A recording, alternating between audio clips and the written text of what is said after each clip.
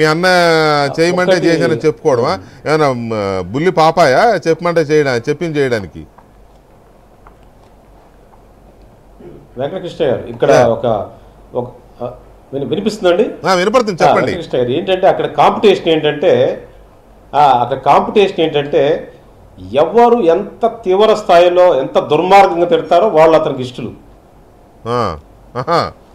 ఎంత హయ్యెస్ట్గా ఇంకా అసలు అంతకంటే చండాల పదాలు ఉండవంటే అతను టాప్. మీకు ఒక ఎగ్జాంపుల్ చెప్తాను.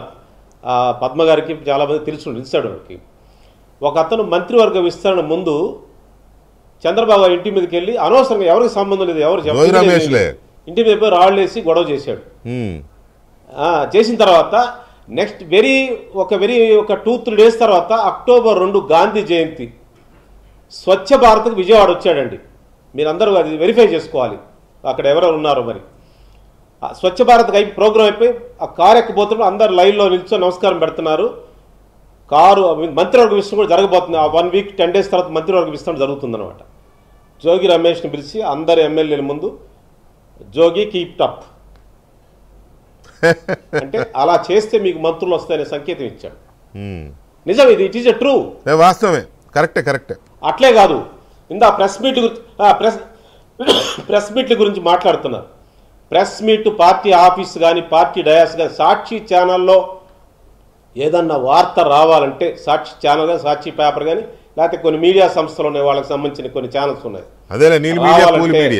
ఖచ్చితంగా సజ్జల దగ్గర నుంచి ఇన్స్ట్రక్షన్ రావాలి. సజ్జల దగ్గర నుంచి ఇన్స్ట్రక్షన్ రావాల్సిందే. ఆ స్క్రిప్ట్ తయారవుతుంది. ఆ స్థాయిలో ఆ సంగీతం వినిపిస్తేనే, అంత దుర్మార్గమైన సంగీతం వినిపిస్తేనే వాడికి మళ్ళీ నెక్స్ట్ ప్రెస్ మీట్ ఉంటుంది. లేకపోతే 1-2 ప్రశ్నలతో కట్ అయిపోతారు. అది కూడా ఉందా? That is real. 1 year ముందు నాకు సజ్జలు చెప్పాడండి. హలో సార్ మీకు వినాలి. 1 year ముందు గాంధీ జయంతి, ఇది కూడా మళ్ళీ గాంధీ జయంతి రోజు, ఇది కూడా పార్టీ ఆఫీసులో వరప్రసాద్ గారు మీలాంటి వాళ్ళు ప్రెస్ మీట్లు పెట్టాలని కొంచెం ఇంటలెక్చువల్స్లో వెళ్తుందని అన్నాడు. అని అంటే నేను ఆ ప్రెస్ మీట్లు ఆర్గనైజ్ చేసి ఆయనకి చెప్పండి అంటే చెప్తాను, వెళ్ళి కలవండి అన్నాడు. ఆ ప్రెస్ మీట్ సంబంధించి ఆయన దగ్గరికి వెళ్ళి నేను కలిస్తే మీ ప్రెస్ మీట్లు పెట్టొద్దని చెప్పాడండి అన్నాడు. ఏంటంటే నువ్వు బూతులు మాట్లాడేవు కదా, నీకు వద్దులే అన్నాడు అని చెప్పాడు. It is true. మళ్ళీ నేను ఆయన దగ్గరికి వెళ్ళాను, సజ్జల గారి దగ్గరికి వెళ్ళాను. మళ్ళీ నేను ప్రమాణం చేసి చెప్తున్నాను. నేను మళ్ళీ సజ్జల గారి దగ్గరికి వెళ్ళాను. ఇది అందరికీ తెలుసు, నా చుట్టూ ఉండే వాళ్ళ గుంటూరు జిల్లా వాళ్ళందరికీ తెలుసు.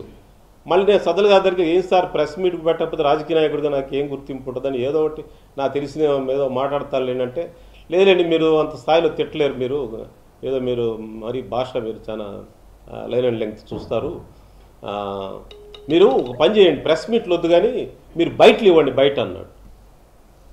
అతని స్థాయి ఏంటి నా స్థాయి ఏందని కర్మ కాకపోతే నాకు. అతను ఒక జర్నలిస్టు, నేను ఒక రాజకీయ నాయకుడిని. మాజీ మంత్రి గారు ఒక క్వశ్చన్ అండి, నా జీవితంలో చేసుకున్న పాపం కాకపోతే అతను నాకు ఇచ్చిన ఇన్స్ట్రక్షన్ అండి. మా గుంటూరు జిల్లా లీడర్లంతా తెలుసు ఇదంతా. ప్రెస్ మీట్లు వద్దండి మీరు అంటే ప్రెస్ మీట్లో ఇవ్వరంతే, డయాస్ ఇవ్వరు. ప్రెస్ సాక్షి ఛానల్ కవర్ చేసి సాక్షి పేపర్ రాయదు.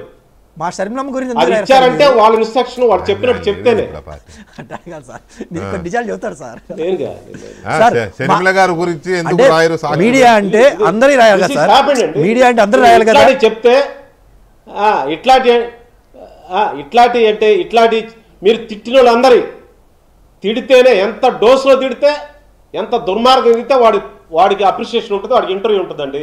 లేకపోతే ఇంటర్వ్యూస్ ఉండవు. తెల్లవారు జగన్ గారి ఇంటర్వ్యూస్ ఉండవు.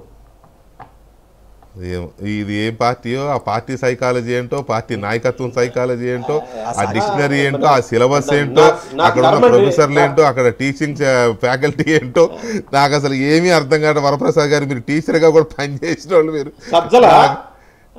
My God.